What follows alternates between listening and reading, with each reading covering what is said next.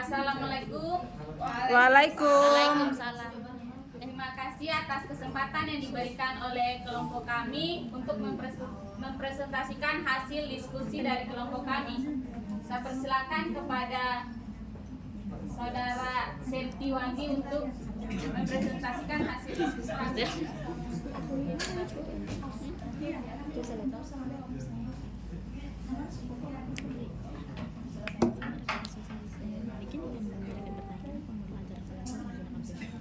Atau tidak bukan?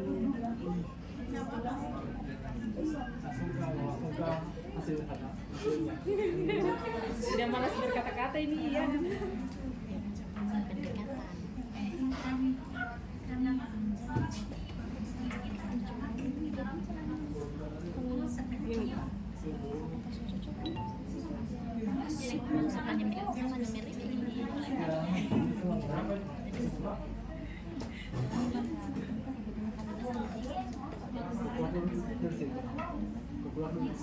Hasil pemetaan lancar. Yang mana Pak yang mau cari? Bagaimana pendekatan?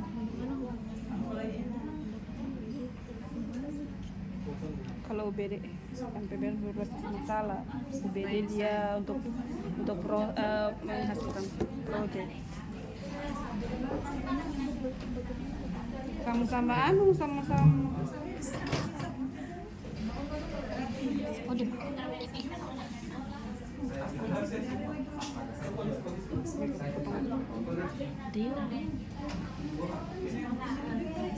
Baik, terima kasih atas kesempatan yang telah diberikan kepada saudari moderator. Di sini saya akan menjelaskan untuk yang capaian pembelajaran dan tujuan pembelajaran dan kaitannya dengan prinsip understanding by design atau disingkat dengan UBD.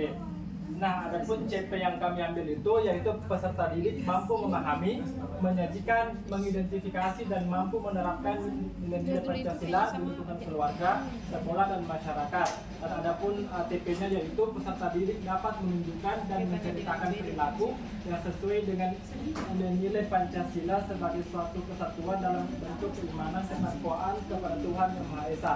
Nah, dari CP dan TP ini dalam konsep UBD ada beberapa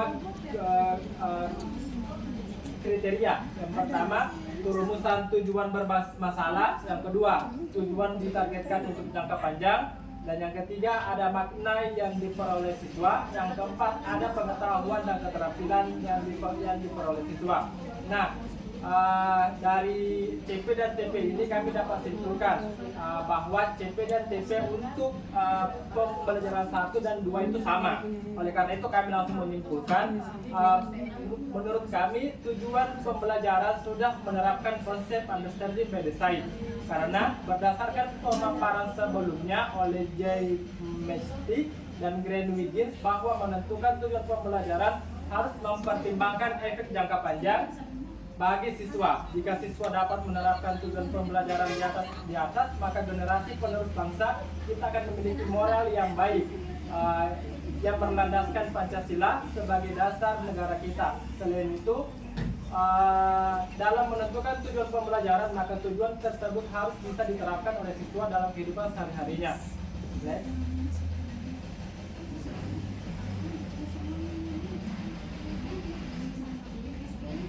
Kedua, asesmen.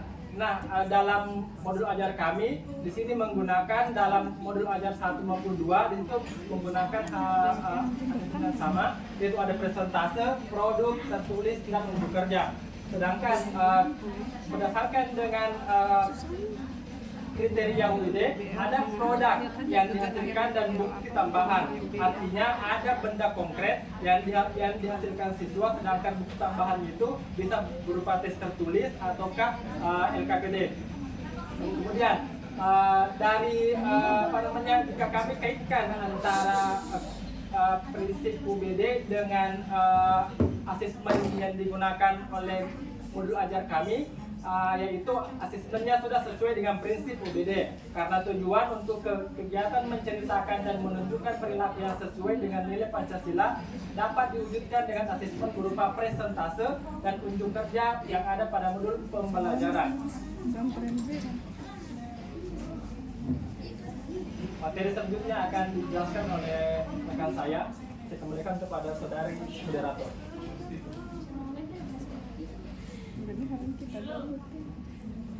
Baik, selanjutnya pada kegiatan pembelajaran, model pembelajaran yang digunakan yaitu diskusi, presentasi, dan kebiasaan. Kemudian media pembelajarannya ada laptop, speaker, proyektor, jaringan internet, dan video pembelajaran. Pada media pembelajaran yang kedua juga masih mirip, ada laptop, speaker, proyektor, jaringan internet, kertas karton, kertas lipat, alat warna, dan musik instrumental. Kemudian skenario pembelajaran pada modul belajar yang pertama itu guru menayangkan video mengenai penerapan sila Pancasila. Kemudian yang kedua, guru membentuk kelompok observasi, dan yang ketiga, guru meminta siswa mempresentasikan hasil observasi. Sedangkan skenario pembelajaran yang kedua yaitu guru mengadakan diskusi kelompok terkait penerapan perilaku Pancasila dan guru membuat kartu Pancasila. Berdasarkan hasil diskusi kami pada rancangan pembelajaran 1 sudah menerapkan UBD, dibuktikan dengan siswa melakukan observasi secara langsung terkait penerapan Pancasila di lingkungan sekolah. Sedangkan pada rancangan pembelajaran 2 belum sesuai dengan prinsip UBD karena membuat kartu Pancasila hanya menanamkan teori, bukan membentuk perilaku yang menjadi tujuan di awal pembelajaran. Terima kasih, saya kembalikan pada moderator. Itulah hasil diskusi kami. Jika ada dari kelompok yang lain ingin bertanya, saya persilahkan. Ada yang mau bertanya tuh? Dari kelompok yang lain mungkin ada yang bertanya, saya persilahkan untuk menundukkan tangan. Saling berkaitan biasanya.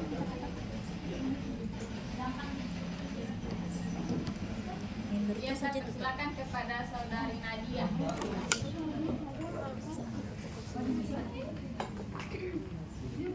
Oke, bismillahirrahmanirrahim. Assalamualaikum warahmatullahi wabarakatuh. Waalaikumsalam warahmatullahi wabarakatuh. Oke, baik. Pertanyaan saya pada kelompok ini tidak terlalu membahas isi dari UBD. Pertanyaan saya adalah, karena UBD ini adalah rancangan pembelajaran yang baru-baru ini dipilih oleh pendidikan di Indonesia untuk diterapkan. Pertanyaan saya kepada kelompok saudara adalah, apakah Anda sepakat dengan UBD untuk diterapkan dalam pembelajaran di kelas? Kalau Anda sepakat, kenapa Anda sepakat? Terima kasih. Terima kasih atas pertanyaannya. Mungkin ada lagi yang masih mau bertanya dari kelompok lain.